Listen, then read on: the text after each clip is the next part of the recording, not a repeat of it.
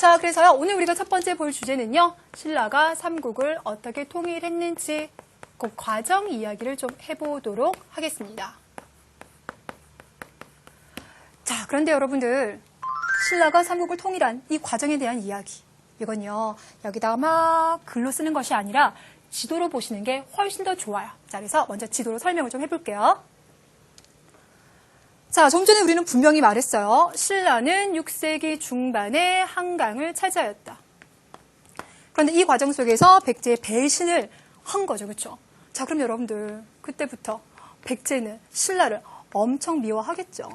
맞아요. 그래서 백제는 그때부터 멸망하는 그날까지 약 100년 동안 엄청 신라를 공격해요. 계속 공격을 합니다. 자, 특히나 백제의 마지막 왕이 누구냐면 의자왕인데 이 의자왕 시기가 되면요. 왕이 즉위하는 그 첫 해부터 계속 공격을 해요. 그래서요, 여러분들, 이 의자왕 시기 때는 신라, 성을 40개 이상을 백제가 빼앗아가게 됩니다. 정말 대단한 승리를 거두게 되는 거죠. 자, 근데 이때 신라 왕은 누구냐면, 여러분, 선덕여왕, 어디선 가만히 들어보셨죠? 자, 그리고 선덕여왕의 조카였던 누구도 있더라? 김춘추도 있더라? 그들이 딱 있던 시기예요. 근데 문제는 뭐냐면, 백제가 계속 공격하고 그래서 신라의 각종 성들이 빼앗기는데 이 와중에서 여기 가니까 대야성이라는 곳이 있어요. 근데 그 대야성의 성주가 누구냐면요. 김춘추의 사위예요. 그런데 백제의 공격을 받아서 사위도 죽고 김춘추의 딸도 죽게 되는 거예요. 근데 김춘추가 그 딸을 정말 사랑했대요.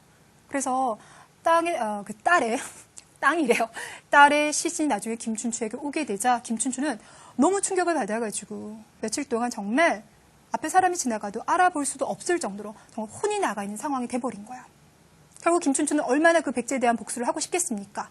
자, 그래서 김춘추는 이 상황을 타개하기 위해서 어디로 갔냐면요. 저기 고구려로 갔어요. 자, 고구려는 여러분들 여기 요동을 시작으로 해서 엄청나게 넓은 땅을 차지하고 있다라고 말씀드렸죠. 그래서 그 고구려의 도움을 딱 받아서 백제를 공격하고 싶었는데 당시 고구려 상황을 잠깐만 볼게요. 분명히 그 당시 고구려 왕이 있긴 있어요. 그런데 고구려는 당시 왕보다 여러분 이분의 이름을 들어봤는지 모르겠는데 누구? 연개소문 들어봤어요? 예, 이 연개소문이라는 사람이 왕보다도 더 실질적인 권한을 딱 잡고 있었어요.